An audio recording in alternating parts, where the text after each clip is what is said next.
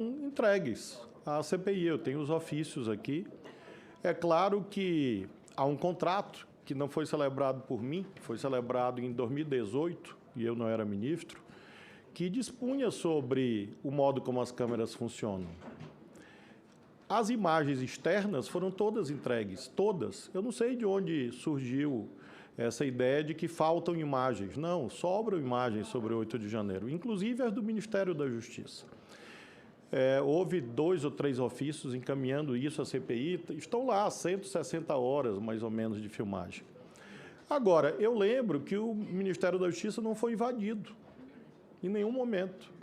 Então, as câmeras, grande parte delas, funcionam por movimento. Ou seja, se não há movimento, elas não ligam. E outras tantas foram examinadas pela Polícia Federal e foram consideradas desnecessárias pela Polícia Federal porque eram corredores vazios, já que não houve invasão no Ministério da Justiça.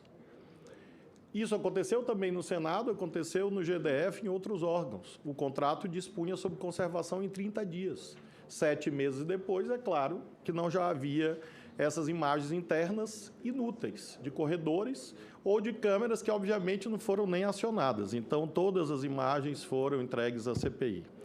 Em relação a casos concretos, como disse o doutor Gonê, é claro que eu não posso me pronunciar, porque isso decorreria impedimento ou suspeição. Então, sobre o inquérito que lá tramita, evidentemente, eu vou me pronunciar no momento próprio nos autos, e não agora, antecipadamente, porque isso quebraria os deveres de imparcialidade inerentes ao exercício da magistratura. Em relação a Big Techs, a situação ali, infelizmente, houve uma edição, era de ameaça à vida de crianças. Havia 8 perfis na internet com o nome do assassino das crianças de Suzano. Era esse o fato. E nós pedimos à empresa que retirasse, porque isso é apologia de fato criminoso. Aquela fala minha indignada, justamente indignada, de pai, é de que a empresa respondeu que não tiraria, porque considerava que, à luz dos termos de uso e da liberdade de expressão, ter um perfil de um homicida na internet não é apologia do homicídio. E claro que a minha resposta foi aquela: esse é o fato. Não era, portanto, nada desvinculado do cumprimento dos meus deveres de zelar pela vida das crianças, na medida em que é abjeto que haja perfis de um assassino no ar. Então, esse foi o contexto, e o doutor Gonê, com seu brilhantismo, dissertou sobre os parâmetros doutrinários acerca da liberdade de expressão, que ali disse. Ora, se existe um crime de calúnia, difamação, injúria, incitação à prática criminosa, apologia de fato criminoso, racismo, tudo isso está votado pelo Congresso Nacional. Então, é claro que há uma fronteira da liberdade de expressão, como o doutor Gonê disse. A liberdade de expressão não alberga, não protege calúnia, não protege ameaçar a vida de crianças, não protege racismo. Foi isso que eu ali disse e aqui reitero. Sobre comparecimento ao Senado e à Câmara. Senador, eu compareci aqui 8 vezes. Tenho certeza que sou o recordista de detentor de convites e convocações. São mais de 120 convites e convocações. Atendi as que foram possíveis. Ainda assim, aqui estive durante 29 horas e 30 minutos. A minha presença na Câmara, no Senado, nesse ano, completou 29 horas e 30 minutos de atendimento a convocações e convites. Isso, claro, é uma prova de respeito às casas parlamentares. E, finalmente, sobre o Complexo da Maré. Eu tenho aqui os ofícios e todas as senhoras e os senhores, assim como eu, conhecemos bem a realidade brasileira. Dizem que eu subi o morro. Não, não havia morro. Houve um ingresso em 15 metros a partir da Avenida Brasil, atendendo a um convite. E eu tenho aqui os ofícios. Estão aqui. 3 dias antes, foi comunicada a Polícia Rodoviária Federal, foi comunicada a Polícia Federal, foi comunicada a Polícia Civil do Rio de Janeiro, foi comunicado o Corpo de Bombeiros do Rio de Janeiro, foi comunicado a Polícia Militar do Rio de Janeiro, todos previamente. E todas essas instituições estavam presentes lá. Eu não sei também de onde tiraram essa história de que não havia segurança.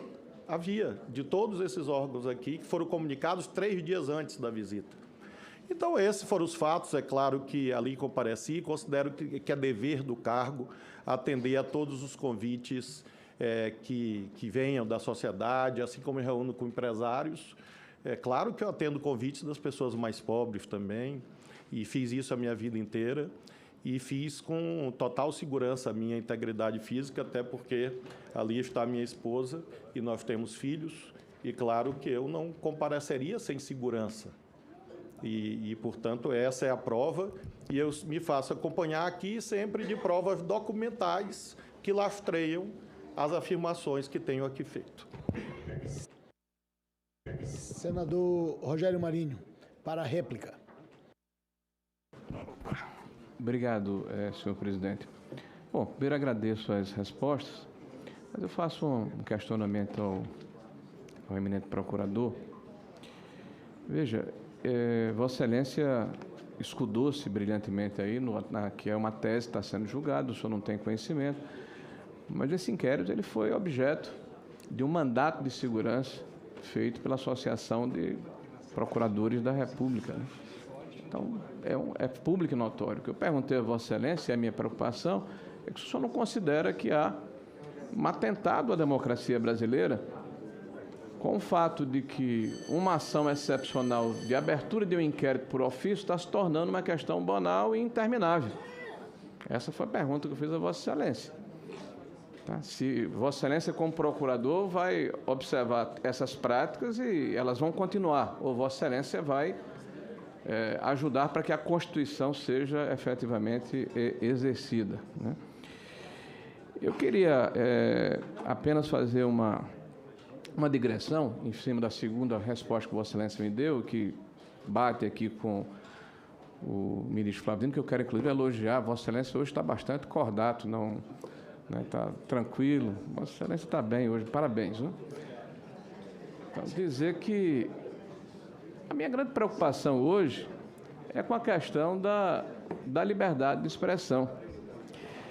Porque quando Vossa Excelência falou que ela é relativa, nós sabemos que dentro do corolário jurídico existem formas de se refrear os excessos, a injúria, a calúnia, a difamação. Dentro desse colegiado existem aqui as comissões de ética, né? Onde os senhores membros, caso se excedam, podem e devem ser submetidos para eventualmente serem refreados, serem admoestados, serem punidos eventualmente. Mas nós estamos vendo no Brasil uma situação de relativização da democracia. Eu pediria atenção, viu, Mourão, meu amigo Mourão, do nosso sabatinado aqui. Nós estamos vivendo aqui no Brasil um problema muito sério, de que a relativização da liberdade de opinião, até da prerrogativa do mandato do parlamentar, está sendo relativizada e banalizada. Me permitam ler rapidamente aqui um trecho de um discurso de um cidadão chamado Djalma Marinho, que Vossa Excelência referenciou, por ocasião de um evento que toda a sociedade brasileira deve se lembrar, porque foi lembrado aqui pelo meu ilustre companheiro Randolph Rodrigues, que foi a questão de 1968. Naquela oportunidade, um parlamentar havia se utilizado da tribuna para fazer um discurso que foi julgado ofensivo pelas Forças Armadas. E o governo, na ocasião, pediu para aquele parlamentar ser cassado, processado e cassado, porque havia falado mal das Forças Armadas. E ele disse naquela oportunidade o seguinte, ele citou aqui uma frase do juiz Black, dizendo o seguinte: em última instância, e eu chamo a atenção de Vossa Excelência, todas as dúvidas, nesse caso, se fundem numa só. Saber se nós, como povo, tentaremos, em atitude medrosa e fútil, preservar a democracia com métodos totalitários, ou se, de acordo com as nossas tradições e a nossa Constituição, teremos a confiança e a coragem de ser livres. Veja, a censura prévia, o cerceamento da liberdade de opinião, a desmonetização dos sites, a prisão de jornalistas. E ele prossegue: o que está em jogo nesse lance é saber se poderemos praticar a Constituição adotando métodos totalitários de sufocação à liberdade de palavras frouxamente, ou se defenderemos essa liberdade mesmo quando a palavra é injustamente. E concluo, senhor presidente.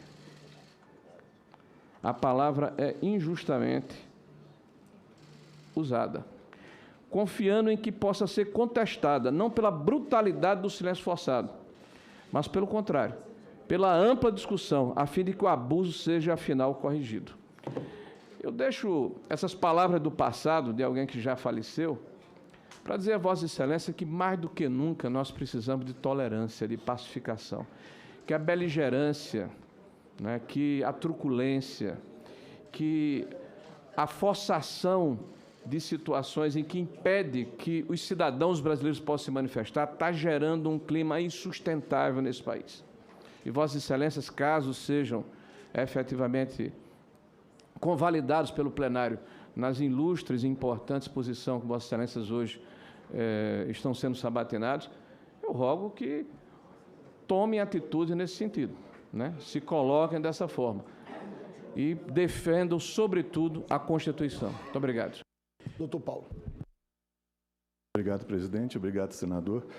Mais uma vez, o que eu posso dizer é que todas as vezes que o Senado chamar o Procurador-Geral da República a prestar informações, qualquer que seja o Procurador-Geral da República, ele só pode prestar as informações de que ele esteja seguro, né, para ser, inclusive, intelectualmente honesto e funcionalmente responsável perante essa casa. Com relação a esse tema do inquérito das fake news, eu volto a dizer, qualquer menção que eu fizesse, qualquer avaliação que eu fizesse, seria leviana no sentido de que não conheço o processo na sua inteireza. Não sei quais foram as manifestações que o Procurador-Geral da República expendeu nesse processo.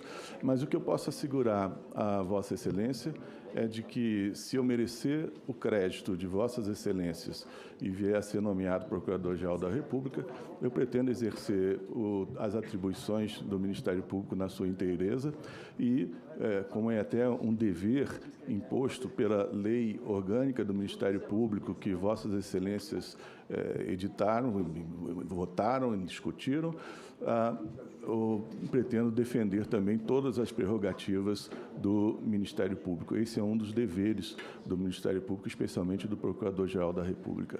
Muito obrigado. O processo é porque apenas uma pergunta essencial não foi respondida pelo eminente Flávio. Só uma pergunta. Eu fiz várias, ele não quis responder outra, mas uma é importante. Eu perguntei se ele se julgaria impedido de se posicionar em relação ao presidente Bolsonaro lá no STF. Só fazer um registro aqui.